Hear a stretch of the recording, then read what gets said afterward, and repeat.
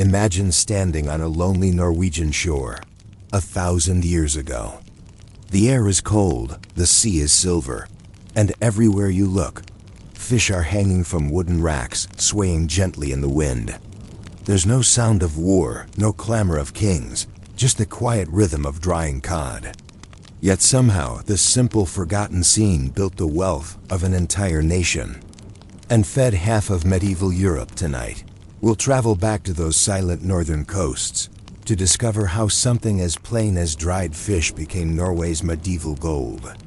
So settle in, close your eyes, and let's drift into a world where the hum of the wind meant survival, and every salted breeze carried the scent of history. If you were to stand on the rocky shore of northern Norway in the 12th century, you would hear little more than the wind.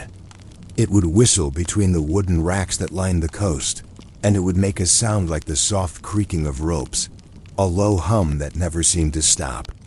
Hanging from those racks would be thousands upon thousands of pale fish, stiff and silent, swaying slightly as the cold air passed over them. That was the heartbeat of medieval Norway, not the clang of swords or the chanting of monks, but the steady sound of the wind drying cod. This was a country of mountains and water, a land where soil was thin and winters lasted too long. While other parts of Europe grew rich on wheat, wine, and wool, Norway was left with its cliffs, its sea, and its silence. But it also had the North Atlantic, and that sea, harsh, cold, and full of life, provided something the rest of the continent needed: fish that could be caught in vast numbers and preserved, long enough to feed people who lived hundreds or even thousands of miles away. The medieval Norwegian learned early that he could not live by the plow alone. The land refused to yield much grain, so people turned to the sea. From small villages nestled in fjords, men rowed out in narrow wooden boats, following the great shoals of cod that arrived each winter along the coast. The cod came like clockwork, driven by spawning instincts older than history itself. For a few short months, the ocean seemed alive with them, and the fishermen worked without pause, knowing that the catch they brought home would feed their families and pay their debts for the year ahead. When the men returned, the work of the sea became the work of the land. The women and older children helped split the fish open with long knives, removing the heads and entrails in practiced motions that had been passed down for generations. The cod were then hung by their tails on long racks made from birch and pine, the wood darkened by years of use. The wind and cold did the rest. In that northern climate, where temperatures hovered just above freezing, the fish did not rot. They simply lost their water, turning tough and pale. It could take several months, and during that time the villagers watched the sky as carefully as they watched their catch. Too much rain and the fish would spoil. Too much sun and it would dry too quickly and crack. It was a slow, delicate process that depended on patience, skill, and luck. When the fish were finally ready, they were called stockfish, a word that came from the Old Norse stokkr, meaning stick for the wooden frames on which they dried. A single good drying season could fill warehouses with food that would last for years. The dried fish was light, hard, and nearly indestructible. It could be stored indefinitely, transported easily, and most importantly, eaten without the need for salt. In a time before refrigeration that made stockfish as valuable as any coin, Norway's geography made it isolated, but its fish made it connected. By the year 1100, ships were leaving Norwegian ports carrying cargoes of dried cod bound for the markets of northern Europe. There, the fish became part of a much larger story, a story of religion, commerce, and survival. The Catholic Church played an unexpected role in this trade. Throughout medieval Europe, Christians observed strict fasting days during which meat was forbidden. On nearly half the days of the year, believers were expected to abstain from animal flesh, eating fish instead. For the wealthy, this might mean fresh river trout or shellfish. But for most people, it meant preserved fish, something cheap, transportable, and able to last through the long months when fresh catches were impossible. Norway, with its endless supply of stockfish, suddenly found itself at the heart of this religious economy.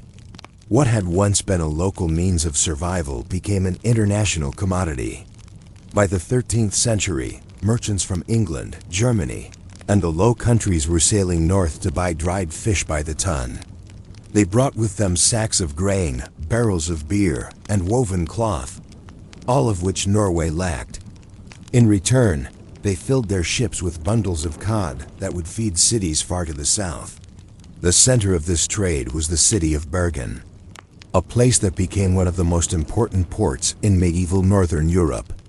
Bergen's harbor was sheltered by steep hills, and along its waterfront stood rows of wooden warehouses, their walls stained by years of smoke and salt air.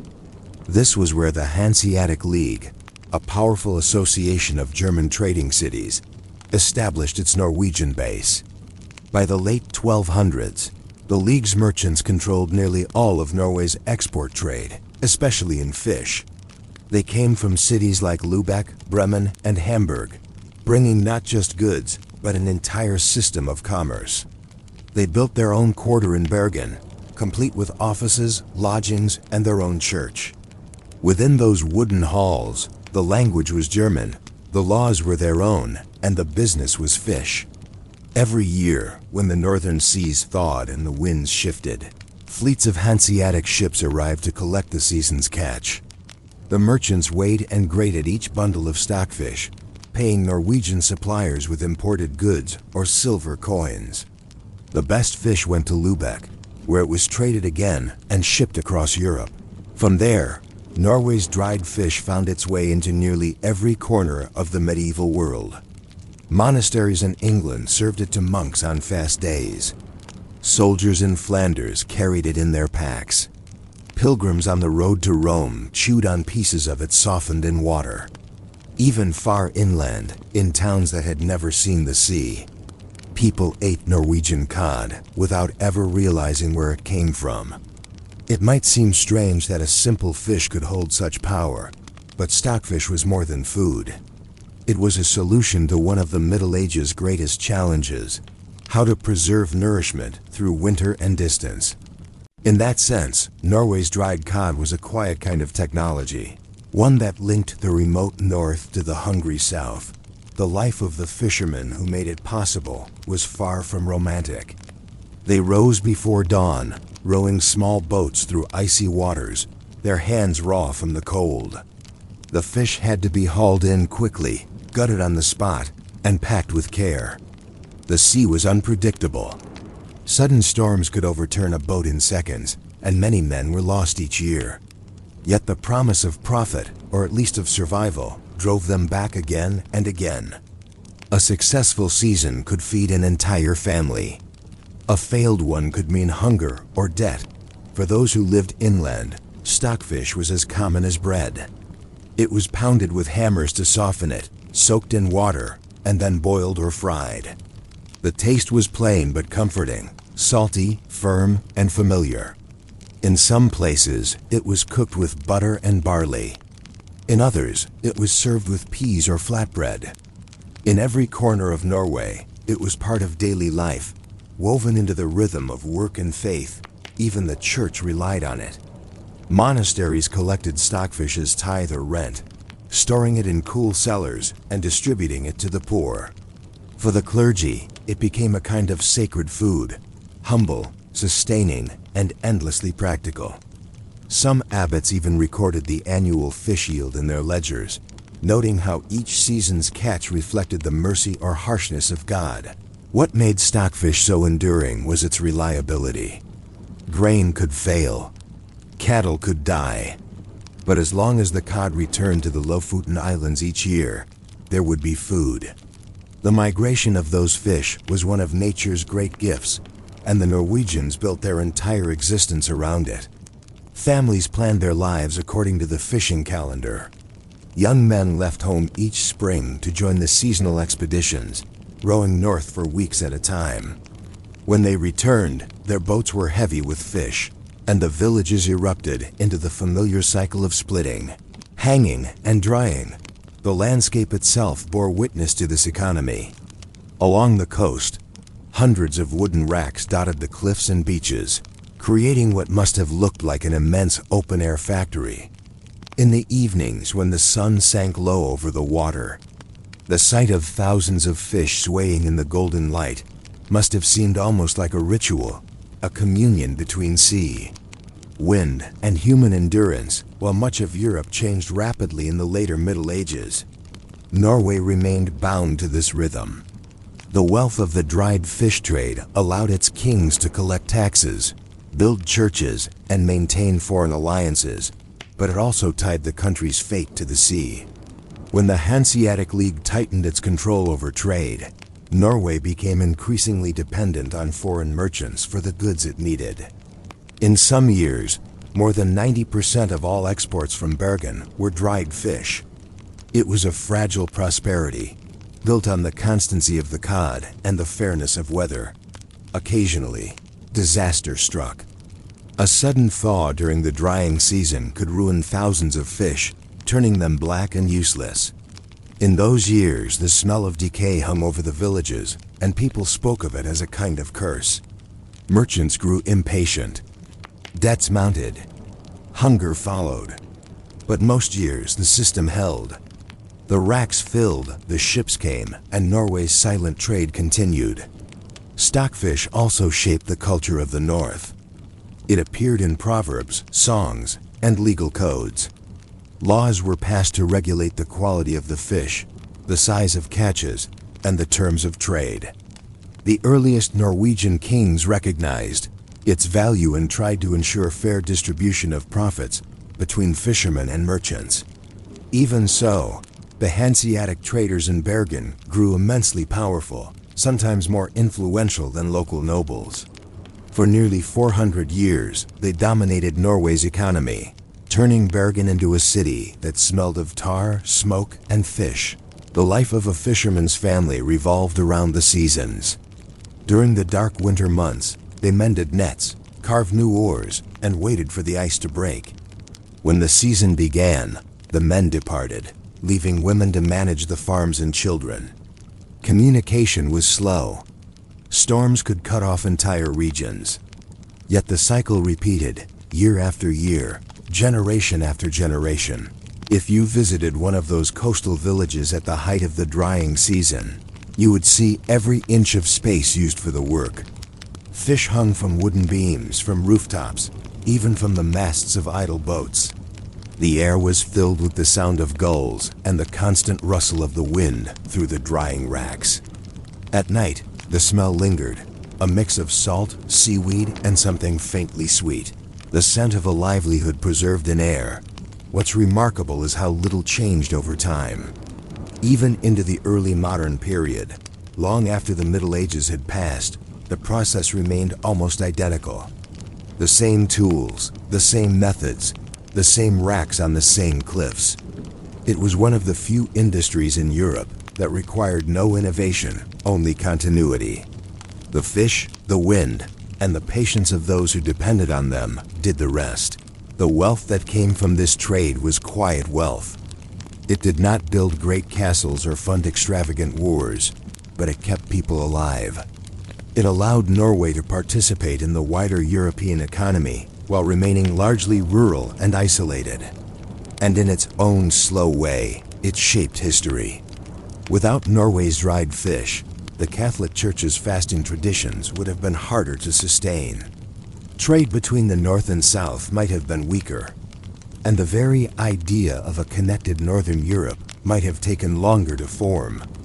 To modern eyes, it might seem strange that a simple preserved fish could play such a role.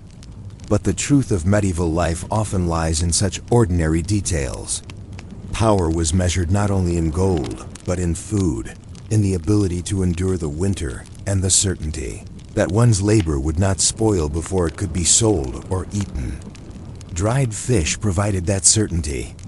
Even today, in some Norwegian coastal towns, you can still see wooden racks rising along the shore in spring, covered with cod hanging exactly as it did 800 years ago. The tradition continues, part of an unbroken chain that stretches back to the time when the first fishermen realized that the wind could be their ally. The world around them has changed, but the principle remains the same. Let nature preserve what human hands have caught.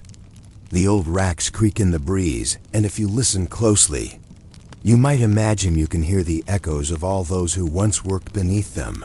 Men hauling nets, women splitting fish, children gathering driftwood for fires. Each motion was small, repetitive, and seemingly insignificant. Yet together, they sustained an entire nation in the long arc of history. Empires have risen and fallen, kings have come and gone. But along the Norwegian coast, the drying racks have stood quietly through it all. Their simple geometry, their steadfast presence, are reminders of a time when survival depended not on conquest, but on endurance. The story of Norway's dried fish is not dramatic. It is slow, patient, and uneventful, the kind of history that slips easily into the background. But within that stillness lies something profound, the ability of human beings to adapt, to find wealth not in abundance, but in constancy. The people who lived by the sea learned that prosperity could come from listening to the rhythm of nature rather than trying to fight it. So when you think of medieval Norway, think not of battles or kings, but of wind moving through the racks, of the faint sound of waves against the rocks, of 1,000 small, pale fish hanging quietly beneath the northern sky. That was the true sound of wealth in the Middle Ages, not the ringing of coins, but the whisper of drying cod in the wind. If you're still awake, thank you for spending this quiet time with me. The world of history can be noisy, but here, we take it slowly, one calm story at a time. If you enjoyed drifting through the past tonight, I'd be grateful if you'd leave a like. It helps more sleepy wanderers find their way here. And if you'd like to join me again for another peaceful journey through forgotten history, don't forget to subscribe to Quiet, Boring Sleep. There's always another calm story waiting for you, somewhere between the rustle of old pages and the sound of rest. Sleep well, and I'll see you in the next story.